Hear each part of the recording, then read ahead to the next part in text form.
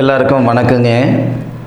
இந்த பதிவில் நம்ம பார்க்கக்கூடியது கடகராசியில் பிறந்த நண்பர்களுடைய வாழ்க்கையிலையும் வாழ்வாதாரத்திலையும் வரக்கூடிய ஜனவரி மாதத்தில் இந்த பிரபஞ்சம் எந்த மாதிரியான மாற்றங்களை தரப்போகுதுன்றது பற்றி தானுங்க வேதகால முறையில் ஆதாரபூர்வமாக இந்த பதிவில் நம்ம பார்க்க போகிறோம். வேதகால முறை அப்படின்னா பொதுவாக இன்றைக்கி இருக்கக்கூடிய காலகட்டத்தில் மாத பலன்கள் ஒவ்வொருத்தரும் ஒவ்வொரு விதமாக சொல்கிறாங்க. சுய ஜாதகம் பார்க்குறது எல்லாருமே ஒரே மாதிரி தான் பார்த்தாகணும். ஏன்னா அதனுடைய ரூல்ஸ் அது தானுங்க. ஒரு குழந்தை பிறக்குதுன்னா அது என்ன நட்சத்திரத்தில் பிறக்கிறாங்க, யாருடைய எத்தனாவது பாதத்தில் பிறக்கிறாங்க, நட்சத்திராதிபதி யார், ராசி யார், ராசியாதிபதி யார், லக்னம் யார், லக்னாதிபதி யார், என்ன தசை என்ன புத்தி, இன்றைக்கி என்ன தசை நடக்குது, என்ன புத்தி நடக்குது, இதை கொண்டு தான் சுய ஜாதகத்தை நம்ம பார்த்தாகணும். வேறு வழியே இல்லை. ஆனால் இந்த கோச்சார பலன்கள் அப்படி கிடையாதுங்க. ஒவ்வொருத்தரும் ஒவ்வொரு விதமாக சொல்கிறாங்க. ஏன்னா கோச்சார பலன்கள் சொல்கிறதுக்கு உண்மையிலேயே ரூல்ஸ் அண்ட் ரெகுலேஷன் இல்லை. வாக்கு சொல்கிற மாதிரி என்ன வேணாலும் சொல்லலாம். ஆனால் வேதகால முறையில் பழைய முறைப்படி எப்படி பழைய முறையில் ஆதி காலத்தில் நம்ம முன்னோர்கள் பலன் சொன்னாங்க அப்படின்னா, மாத கிரகம் அப்படின்றது சூரிய பகவான் மட்டும்தானுங்க. எல்லாருக்கும் தெரிஞ்ச ஒரு விஷயம். அந்த மாத கிரகமான சூரிய பகவான் எத்தனை டிகிரியில் இருக்கிறாரு, யாருடைய சாரத்தில் இருக்கிறாரு, எந்த இடத்துல இருக்கிறாரு, அதை கொண்டு மட்டுமே பலன் சொன்னாங்க. மற்ற கிரகங்களை நம்ம கோச்சாரத்தில் எடுத்துக்கிடலைங்க, சுய ஜாதகத்தில் தான் எடுத்துக்கிட்டாங்க. சரி, இதெல்லாம் ஒரு விதம் இருக்கட்டும், இதெல்லாம் ஒரு புறம் இருக்கட்டும். ஜனவரி மாதம் 1ஆம் தேதி பூராடம் நட்சத்திரம் புதன்கிழமை பிறக்கப்படுது. அப்போது கடகராசிக்கு 2வது பாவகத்துக்கு அதிபதி தான் சூரிய பகவான். வேறு எந்த ராசிக்குமே இல்லாத ஒரு குடுப்பனை ஒரு பிராத்தம் என்னன்னா, தனஸ்தானாதிபதி, குடும்பஸ்தானாதிபதி, படிப்பு ஸ்தானாதிபதி, உடலஸ்தானாதிபதி, இது 4மே 2வது பாவகம். அந்த 2வது பாவகத்துக்கு அதிபதி சூரியன். வேறு எந்த ராசிக்குமே இந்த பிராத்தம் இல்லை. பொதுவாக இந்த கடகராசியில் பிறந்தவங்க ஆர்வம் அதிகமாக இருக்கும். ஆணாக இருந்தாலும் சரி, நீங்கள் பெண்ணாக இருந்தாலும் சரி, சம்பளம் கொடுக்கணுன்ற எண்ணத்துக்கு அதிகமாக வருவீங்களே தவிர ஒருத்தர்கிட்ட சம்பளம் வாங்கணுன்ற எண்ணத்துக்கு வரமாட்டீங்க. நிறைய விஷயத்தில் நாட்டம் இருக்கும், நிறைய விஷயத்தில் ஆர்வம் இருக்கும். அப்போது அந்த ராசிக்கு 2வது பாவகத்துக்கு அதிபதி தனஸ்தானாதிபதி 6வது பாவகத்தில் தனகாரகனுடைய ஆதிக்கத்தில் வரக்கூடிய மாதம் இந்த ஜனவரி மாதம். ஜனவரி 1ஆம் தேதியிலிருந்து ஜனவரி மாதம் 14ஆம் தேதி வரை சூரிய பகவான் கடகராசிக்கு 6வது பாவகத்தில் ருணரோக சத்துருஸ்தானம் அப்படின்ற இடத்துல வராரு. உடல் ரீதியாக மன ரீதியாக இருக்கக்கூடிய சங்கடங்கள் சரியாகிறதுக்கான தருணம் இது. உடலஸ்தானாதிபதி 6வது பாவகன் சொல்லக்கூடிய குரு பகவானுடைய ஆதிக்கத்தில் பூராடம் நட்சத்திரம் சொல்லக்கூடிய சுக்கிர பகவானுடைய சாரத்தில் வரக்கூடிய நேரத்தில் சுக்கிரன் என்ன செய்கிறாருன்னா, தனகாரகன் குடும்ப தொழில் ஸ்தானாதிபதி நமக்கு செவ்வாய் உங்கள் ராசியில் இருக்கையில் தனஸ்தானாதிபதி தனகாரகனுடைய ஆதிக்கத்தில் இருக்கிறார். அதான் உடல் ஸ்தானாதிபதி குருவுடைய வீட்டில் இருப்பார். இந்த சுக்கிரன் என்ன பண்ணுறாருன்னா, சூரிய பகவானுக்கு நட்சத்திரமும் கொடுக்கறது ஒரு புறம், சூரிய பகவானுடைய இடத்தையும் பார்க்குறார் சனி பகவானோட சேர்ந்து. ஏன் தொழில் ஸ்தானாதிபதி என்ற வார்த்தை என் வாயில் வந்ததுன்னா, சுக்கிரன் லாபஸ்தானாதிபதி தொழில் ஸ்தானாதிபதினு சொல்லக்கூடிய செவ்வாவுடைய சாரத்தில் இருந்து தனஸ்தானத்தை பார்க்குறார். இதனால் 100% இது சாதகமான ஒரு தருணம். இந்த பிரபஞ்சம் எல்லாருக்கும் எல்லா நேரத்துலையும் சாதகமான பலனை கொடுக்கறது இல்லைங்க. ஒவ்வொருத்தருக்கும் ஒவ்வொரு தருணத்தில் தான் சாதகமான பலனை தரும். ஆதாரபூர்வமாக சொல்கிறேன். லாபஸ்தானாதிபதி சுபஸ்தானாதிபதினு சொல்லக்கூடிய சுக்கிரன் உங்கள் ராசிக்கு 2வது பாவகத்தையும் பார்த்து 2 குடையவருக்கு நட்சத்திரமும் கொடுக்குறார். இதனால் மன அழுத்தம் நீங்கும், பொருளாதார ரீதியாக இருக்கிற பிரச்சனை சரியாகிறதுக்கான பாதை உருவாகும், உடல் ஆரோக்கியம் கொடுக்கும். அதுதான் நான் முதல்ல சொன்னேனுங்க. மன ரீதியாக இருக்கிற பிரச்சனை சரியாகும், உடல் ரீதியாக இருக்கிற பிரச்சனை சரியாகன்ட்டு. எத்தனை நாள் வரைக்கும்? காலம் பூராவா? இல்லை சாமி. ஜனவரி 1ஆம் தேதியிலிருந்து ஜனவரி மாதம் 10ஆம் தேதி வரைக்கும் தான் இந்த மாதிரி ஒரு பிராத்தம்.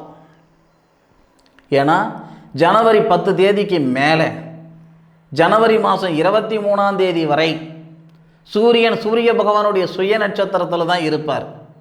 அப்போ 10 தேதிக்குள்ளார எந்த மாதிரியான பலன் அப்படின்னா, மன அழுத்தம் நீங்கும், உடல் ஆரோக்கியம் சரியாகும், பொருளாதாரத்தில் இருக்கிற பிரச்சனை சரியாகும். இதெல்லாமே நமக்கு சாதகமான ஒரு அமைப்பு. 10 தேதிக்கு மேலே இன்னொரு முக்கியமான விஷயத்தை சொல்ல மறந்துட்டேன் பாருங்கள். அஷ்டமச்சனின்ற ஒரு விஷயம் நமக்கு இருக்குது இந்த நிமிஷம் வரைக்கும். கிட்டத்தட்ட ஒரு 2.25 வருடமாக அஷ்டமச்சனி கடகராசியில் பிறந்தவங்களுக்கு இருக்க தான் செய்யுது. ஆனால் இந்த ஜனவரி மாதம் முதல்லையே 8வது பாவகத்தில் இருக்கக்கூடிய சனி பகவானுக்கு 11வது பாவகத்தில் இருக்கக்கூடிய குரு பகவான் சாரம் கொடுத்திருப்பார். சதயம் நட்சத்திரம் ராகுவுடைய சாரத்தில் இருந்த சனி பகவான் புரட்டாதி நட்சத்திரம் சொல்லக்கூடிய குபேரர் அவதரித்த நட்சத்திரம் குரு பகவானுடைய நட்சத்திரத்தில் இருந்து உங்களுடைய ராசிக்கு 2வது பாவகம் தனஸ்தானத்தை பார்க்குறார். இது எப்படி எடுத்துக்கிடணும்? தனகாரகன் சொல்லக்கூடிய குரு பகவானுடைய நட்சத்திரத்தில் இருக்கக்கூடிய விதிகாரகன் உங்களுடைய ராசிக்கு 2வது பாவகன் சொல்லக்கூடிய தனஸ்தானத்தை பார்க்குறார். அப்போது தீராத கடன் தீரும், குடும்பத்தில் நிம்மதி சந்தோஷம் ஏற்படும். இது எல்லாமே அந்த 10 தேதிக்குள்ளார நடக்கிறதுக்கு வாய்ப்பு இருக்குது. முயற்சி பண்ணுங்க. நேர காலங்கள் மட்டும் சாதகமாக இருந்தால் காணாது. நேர காலங்களோடு சேர்ந்து நாமளும் பயணித்தாதான் போக வேண்டிய இடத்துக்கு போய் சேர்ந்துக்கிட முடியும். ஜனவரி மாதம் 10 இருந்து 14ஆம் தேதி வரை கொஞ்சம் சூதானமாக இருக்கக்கூடிய காலகட்டம் இது. என்ன காரணம்னா, 2வது பாவகத்துக்கு அதிபதி உடல் ஸ்தானாதிபதி அவர் தானே, அவருடைய சுய நட்சத்திரத்தில் இருந்து 6வது பாவகத்தில் மறைஞ்சி 12வது பாவகத்தை பார்க்குறார். இதில் 12வது பாவகத்துக்கு அதிபதியும் ஒரே பாவகத்தில் வருவாங்க. அதனால் வண்டி வாகனத்தில் சூதானமாக இருங்க. போகிற இடம், வர இடம், பழகிற இடம், பேசுகிற இடம், போகாத இடத்துக்கு போனேன்னு பேர் வந்துடும், செய்யாத தப்புக்கு செஞ்சேன்னு பேர் வந்துடும், வாங்காத இடத்துல வாங்கினு பேர் வந்துடும். ஜனவரி 10க்கு மேலே ஜனவரி 14ஆம் தேதிக்குள்ளார முக்காச்சுத்தி ஒரு 3 நாள் 11, 12, 13, 14 கூட வச்சுக்கோங்க. அப்போது நம்ம அந்த 3 நாள் 4 நாள் இந்த 4 நாள் கொஞ்சம் சூதானமாக இருந்துக்கோங்க. ஜனவரி மாதம் 14ஆம் தேதியிலிருந்து ஜனவரி மாதம் 23ஆம் தேதி வரை தனகாரகன் குரு பகவான் செவ்வாய் இல்லை, ரோகிணி நட்சத்திரம் செவ்வாய் இருக்கக்கூடிய இடம், அதாவது சந்திரனுடைய சாரத்தில் நம்ம குரு பகவான் இருந்து தனஸ்தானாதிபதி இருக்கக்கூடிய இடத்த பார்ப்பார். மகரத்துக்கு போயிட்டு வர சூரியன் 14ஆம் தேதி. 14ஆம் தேதினா உங்களுக்கு தை 1ஆம் தேதி வருங்க. ஜனவரி மாதம் 14ஆம் தேதி சூரிய பகவான் மகரத்துக்கு வராருன்னா தனஸ்தானாதிபதியுடைய நட்சத்திரத்தில் விநாயகர் அவதரித்த நட்சத்திரம் உத்திராடம் நட்சத்திரம் 2வது பாதத்தில் மகரத்தில் சூரியன் குரு பகவானுடைய பார்வை வாங்குவார், கடக ராசியை பார்ப்பார். அப்போது படித்த படிப்புக்கு உண்டான உத்தியோகம், வெளியூர் வெளிநாடு போகிற யோகம், வெளியூர் வெளிநாடு சம்பந்தப்பட்ட வேலைவாய்ப்பு, அதே மாதிரி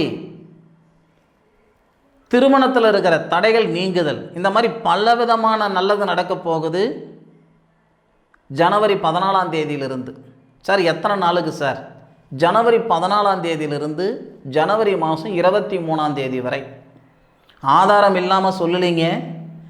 குடும்பஸ்தானாதிபதி திருமணஸ்தானம் சொல்லக்கூடிய 7வது பாவகம் கலஸ்தரஸ்தானத்தில் குடும்பஸ்தானாதிபதி தன்னுடைய சுய நட்சத்திரத்தில் இருந்து உங்களுடைய ராசியை பார்க்கக்கூடிய தருணத்தில் குரு பகவான் அந்த திருமணஸ்தானத்தை பார்க்குறார், செவ்வாய் திருமணஸ்தானத்தை பார்க்குறார், குருமங்கள யோகம் அங்கு ஏற்படுது. சூரியனும் செவ்வாவும் பார்வை பரிவர்த்தனைன்றதுனால சூரியமங்கள யோகம் ஏற்படுது. இது எல்லாமே நமக்கு சாதகமான நேரம். திருமணமாகி பிரிஞ்சு போன தம்பதிகளாக இருந்தாலும் மீண்டும் இணையறதுக்கு, இல்லை திருமணத்தில் இருக்கிற தடைகள் நீங்கிறதுக்கு, நிம்மதி சந்தோஷம் பிறக்கிறதுக்கு, சம்பாதிக்கிறதுன்றது எல்லாராலேயும் முடியும், ஏன் எல்லா நேரத்துலேயும் முடியும். ஆனால் சாதிக்கிறது அப்படி இல்லைல்ல. ஒரு சிலரால் தான் முடியுது, ஒரு சில நேரத்தில் தான் முடியுது. கடகராசியில் பிறந்தவங்களுக்கு இந்த நேரம் உண்மையிலேயே சிறப்பான ஒரு நேரமாக இருக்கும், இதில் மாற்று கருத்து இல்லை. அதே மாதிரி 23 தேதிக்கு மேலே சந்திர பகவான், அதாவது கடக ராசிக்கு அதிபதி யார்? சந்திரன். அப்போ அந்த சந்திர பகவானுடைய நட்சத்திரத்தில் சூரிய பகவான் வந்து உங்களுடைய ராசியை பார்ப்பார். இது இன்னும் சிறப்பான நேரம் இல்லை. விஷ்ணு பகவான் அவதரித்த நட்சத்திரம்னு சொல்லுவாங்க, திருவோணம் நட்சத்திரத்தை.